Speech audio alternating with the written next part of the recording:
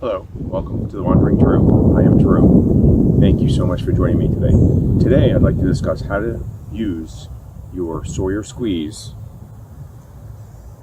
filter.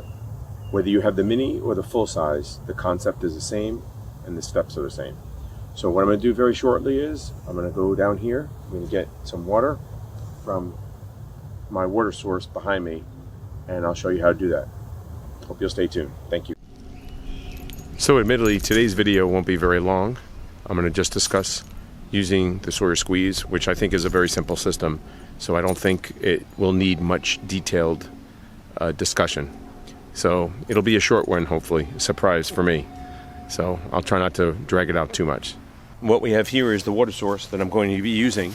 And I've picked a spot that gently slopes in and I can reach in without getting too wet. The problem with this source of water is that you can tell quite easily it's not very fast moving. It's kind of stagnant. It's got a slight flow to it, but it's not gonna be able to fill up with a large amount of force. And sometimes you might have to look up and down along a stream or a river to find the best spot that you can get in, or someplace you can step in and try and keep wet. If you don't care about, if your feet are already wet, you don't care about that, then step right in. But I usually try to keep my feet, my socks, my shoes dry so that they're not wet while I hike the rest of the day. So there's always some place usually that you can gain access to a source of water without getting wet. It might take some time to, like I said, walk up and down, or you might have to even, kind of invent something, maybe put a log out or a rock for you to step on. So I used my own advice and I walked a little bit down, probably about another 40 feet, and I found an area that's even more gently sloped and it's easier for me to get in. So this will allow me to reach in to the water. As you can see, I'm right here, and I can then step in right here, reach over and not get wet. So that's what I'm looking for. I'm ready to filter water. Obviously, I'm going to need my filter. This is obviously goes without saying. I'm going to show you more than one way to use the filter, which is, these are the easiest and most common ways that you'll see people using them. So the first thing I'm going to do is I need to have some sort of vessel to get the water out so I can put it through the filter. Now Sawyer provides you, depending on which model you get, with these bags, these like Mylar type bags. It does have directions on it, which is nice, in case you haven't used it in a while. However, a lot of people complain about these bags that they rupture. But I'm going to use one of them right now to show you how to get water out of your out of the water source and then place it through your filter. One of the things with water like this that is not moving, you can see it's kind of stagnant right here in this little area that I have, is that if you're using like a big bladder bag, you can't usually fill up that bag. There's no pressure to fill it up. So having an actual cup or a bag that is rigid, that you can be open, or like a bottle of water, will make this a lot easier. So I'm going to show you first doing it with the bags that Sawyer provides. What I like to do is open the bag. This is clean, it's never been used before. If it was, I would probably blow into it anyway. I'd wipe it off. I'm not really worried about it. I'm not going to exchange the liquid into my mouth. But if you're really concerned about it, I would clean it, wipe it off, use a you can use a neckerchief or some sort of towel or something, or you can even use your hand and just inflate it. By inflating it, it's going to allow an open area that water will be able to fill in, because otherwise, with no pressure or force behind it, I'm not going to be able to inflate this bag. If it's coming off a waterfall or some sort of drop, you'll have some pressure behind it, and this would be much easier to fill up. So let's get some water. Okay, so I'm at my water source. I have my bag. I'm going to place it in here, staying on shore, and it's going to fill up. And you can see with the bag inflated, the water will be drawn in. Obviously, you want to try and keep your water as clean as possible. This is fairly clean. There is some floating debris. The cleaner your water can be, the less work your filter will have to do.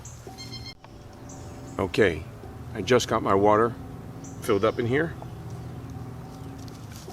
Easiest thing, and what makes this system so beautiful is I have my bag and my filter. All you do is screw them together.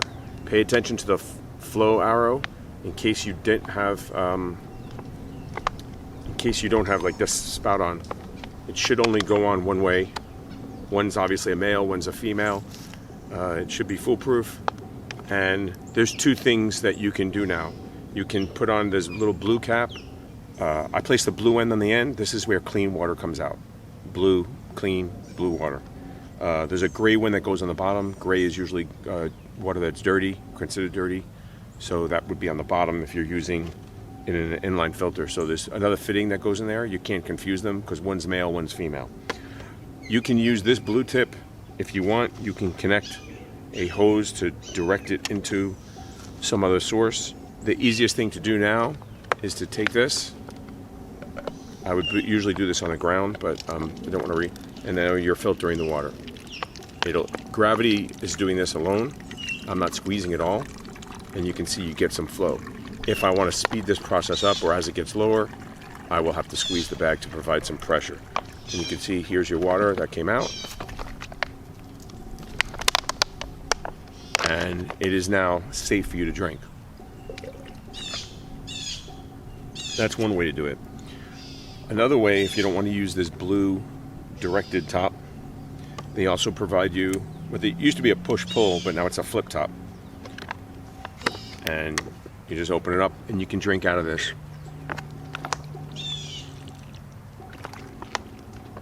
This is good if you're right at your source and you're going to drink now. But if I want to put it into a bottle, it makes it a little harder. It's possible to do, but not as easy, I think, as the pointed tip helps it get in, or with the hose on it. But if I was going to carry one thing, I would carry probably just this, and I would leave this out of the way to avoid the weight. So that's the easiest way to do it, using this bag that's provided by Sawyer. Another option is to just ditch these altogether, or maybe carry them if you need to carry portage water. So another option is to basically just use whatever water bottle that you're using to carry your water. Most people use something very similar to these water bottles, Smart Water, or some other bottle. This is another bottle I happen to have. This is a 1 liter bottle from another source, and the threads fit directly into the Sawyer Squeeze. And that's what's the beauty and simplicity of the Sawyer Squeeze. And I think what makes it so useful is that you can just take your bottle, connect it directly to the source, and you can drink out of it. So I'll show you how to collect water with this too. It's actually just as simple and just as easy. There's really nothing to it. Okay, so I'm going to place my water bottle in here, let it fill up. Speed it up a little bit here, put it under water. Okay. See if we can fill it all the way. I've collected my water. Okay, so now it's just as simple as taking the Sawyer filter and screwing on the top. If you first screw these on and you turn it over and you're getting leakage, make sure you place, there's a little rubber O-ring or gasket inside. Depending on the kit you have, you'll get 2 of these. This is the gasket. This is what helps it seal. Without the gasket, if you go to squeeze or turn it over, you'll get water spilling out all over. And you don't want that, especially when you turn it upside down, because it could be contaminated water getting on the outside. If you carry a little rag or a bandana or a neckerchief or something like that, I would clean this off just to make sure if it's wet, if water leaks out, so that you don't drink contaminated water. This is very simple.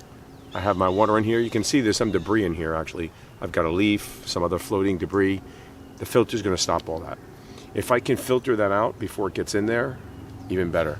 I don't know if you can see it's in there, but you can see a piece of a leaf floating in there, and there's some stuff. But this is very simple to do.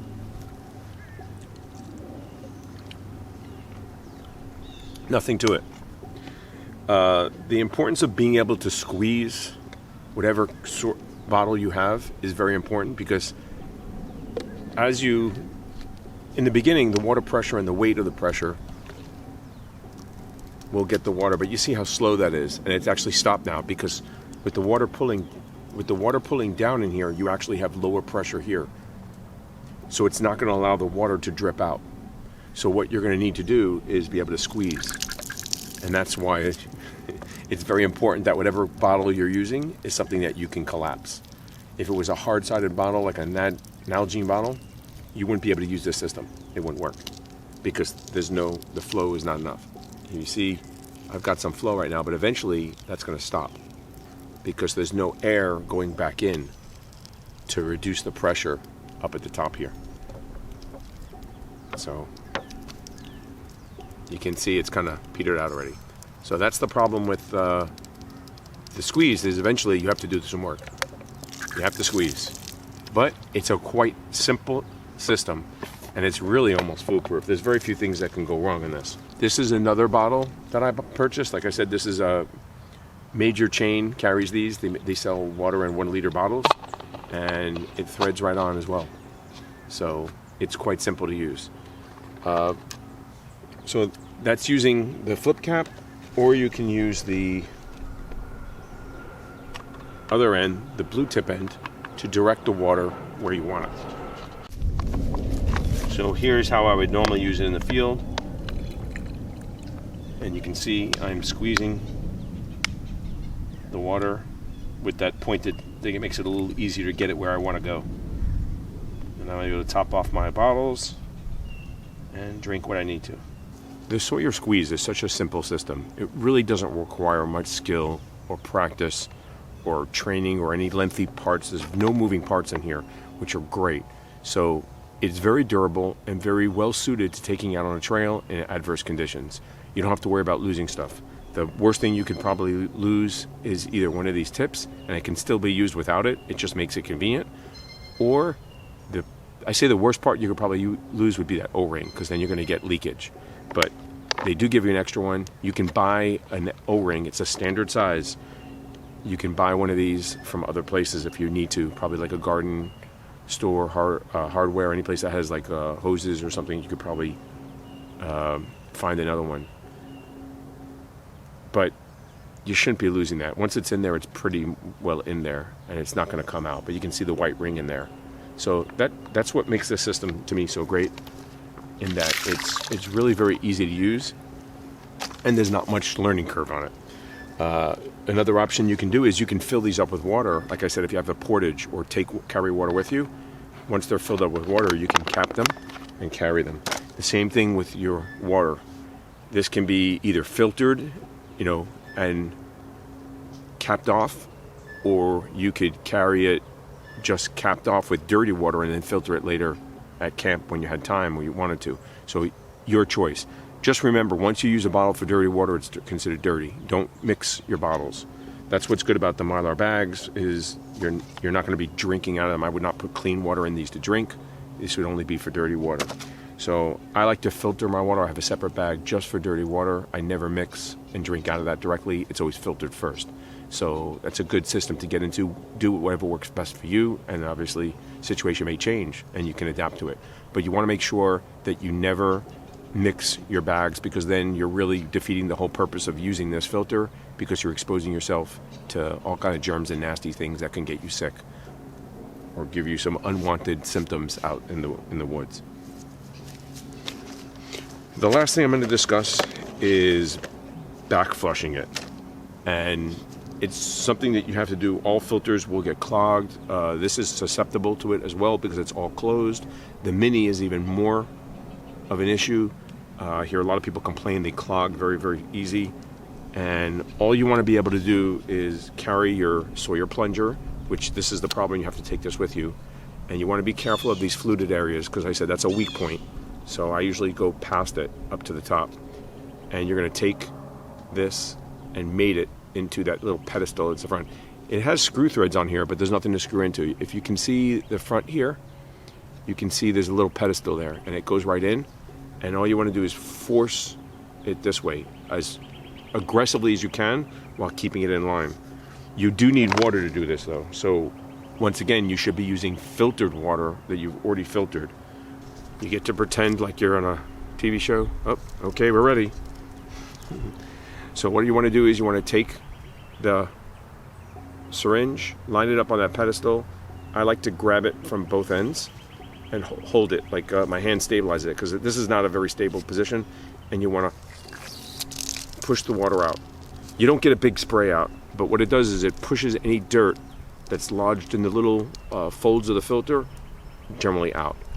You're going to get the bigger stuff. If you do this constantly, every couple of days or every couple of times you use it, you'll keep your filter in good working order. The cleaner you keep your filter, the more it will work for you. The easier filtering will be. So that's really it. Not a very long topic, not a very hard topic to understand. Another way to use the Sawyer Squeeze is inline, or it's like a gravity-fed system. Limited success with this because, like I said, unless you have a system where air or there's enough pressure to push that weight of the water to flow through, you won't get complete flow through. You might have to help it out and squeeze a little bit. So the way you would do it is using both of the caps, the blue one on the outflow and the gray one on the inflow, and you would have to then have a bottle where this would be in and it would be dripping, and then it would flow out into your clean water. For the Sawyer Squeeze, I don't think that's really a very good option personally. I don't think I would ever use it that way, but it certainly is an option that can be done if you choose to do it. And there are plenty of aftermarket fittings from other companies that you can make something up. They do make like couplings that connect to different size water bottles, or maybe you're leaking a little bit, you can buy replacement parts or a coupling that you can use to connect to the Sawyer Squeeze. As I said, full disclosure, I am not a Sawyer Squeeze fan. I don't dislike it, I just don't use it. I like another filter better that I've used all the time, the Catadin Be Free, and I like that a lot better for its flow rate. I think it does better, but I'm actually going to try and test that out and see maybe if I'm wrong on that. You know, maybe I'm going under the false assumption that I'm getting better water flow, and I'm really not. I do think it is easier to use when you're at camp or something like that, or a large volume of water, which I don't think this filter does as good the way I use it. So that's it for today. Hope you found this informative. It's really, really simple. There are other videos online from plenty of people that you can watch and figure out how to use the Sawyer Squeeze. It's not a difficult product to use. It is honestly a very simple system. And if you can basically unscrew a cap or screw on a cap, then you can use this. It's that simple.